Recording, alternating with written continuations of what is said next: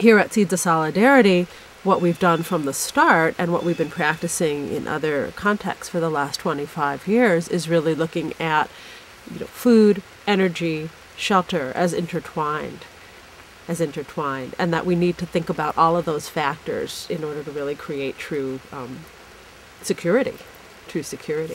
So in addition to growing food here and reducing our reliance on fossil fuels to do so through no-till practices and sharing those practices with others, we've also created an infrastructure, a home, an organization that utilizes solar electricity for all of our electricity needs. So the home, all the outbuildings, the farm, all use solar electricity. We do have diesel vehicles, and we use biodiesel made from waste vegetable products. Actually, right now we're using a biodiesel that's made from a waste chicken fat. So we use those, in part in our diesel vehicles as the seasons allow. And, again, just using some of the local resources in a sound way for heat, such as, wood that's available. So, again, just looking at sort of an integrated system rather than isolating out the parts. We can't isolate out, okay, how do we grow food? And now how do we produce energy? And now how do we, transport food and humans? And how do we build, let's build a dwelling. They all sort of have to be connected.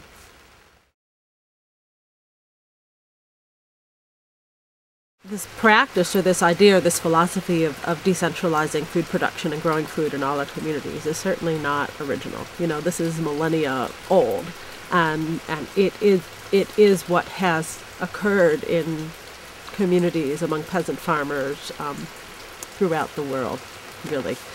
So somehow, well, not somehow, but we know how we got away from that. The models that were about profit over people, profit over food for the people, just got out of control. And so we got too far away from that. So again, none of this is radical thinking, really.